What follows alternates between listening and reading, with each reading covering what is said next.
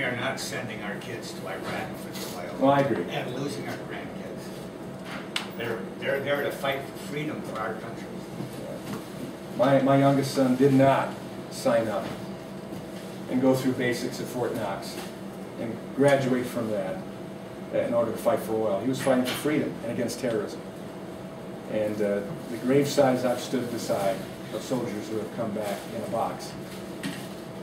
It's not saying that there isn't an oil component there in the countries we're with, but terrorism is what brought that on.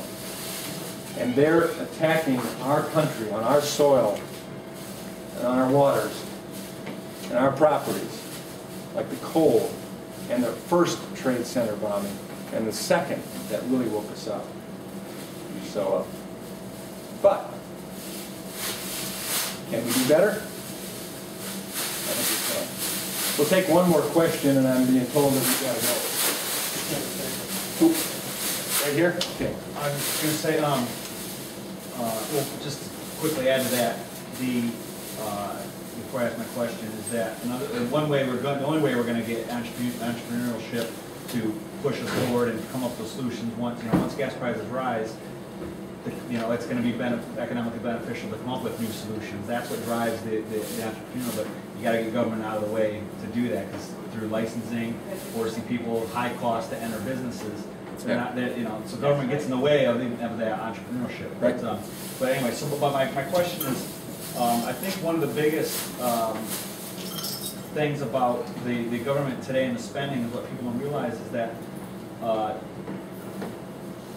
and taxes are a big deal, but the government has proven over probably the past 80 years that you don't have to raise taxes to fleece the citizens through inflation. By depegging our currency and becoming a fiat currency, you don't have to raise taxes to spend out money. What they do is they devalue the dollar that you have in your pocket at the time. So as the printing presses go, they don't even have to raise taxes. That's why you rarely hear it. And so all of a sudden, next thing you know, 10 years down the road, I got to double my income in order to keep this thing same standard of living. That's, to me, it's stealing from the citizen. Now, what I would like to know is your position on. To me, one of the most crucial bills that's going on right now is the Audit the Fed bill.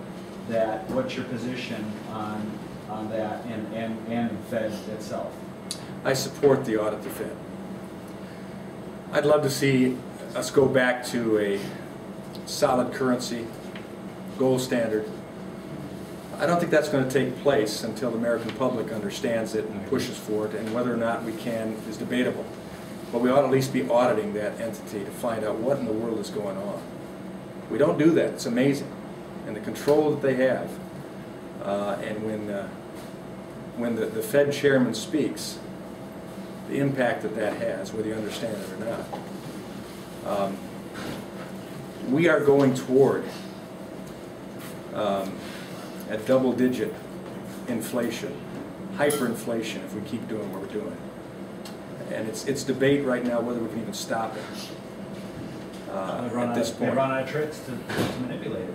Absolutely. We can't get lower interest rates. They run out of the bag of tricks is empty. But come January 1st, when the Bush tax cuts go off, which I honestly never thought would happen. I thought Congress would have to get some sense and say, we're not going to let that happen.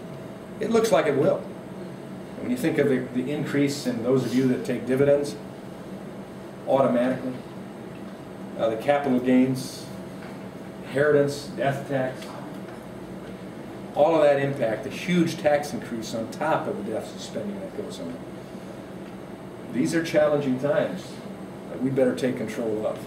And I think we have to set the priorities of what battles we initiate. Well, I thank you for being here. I'm going to stay around a bit here. We can talk further, but we have a business here that I think wants to continue on too, and you've added to their economy today. Appreciate your support. I'd ask for your vote and ask for your help. August 3rd. Tell all your friends that are willing to support me on August 3rd to get to the polls. It's turn out, turn out, turn out. If they aren't going to support me, tell them the polls are open August 4th. I'm joking. Rachel, I know I'm joking. And please, if you see some campaign ads in a general election that don't seem to match up with what you heard me say here today, and it's not Rachel that's doing the editing of that, tell your friends and neighbors what the rest of the story was as well. Thank you. Thank you.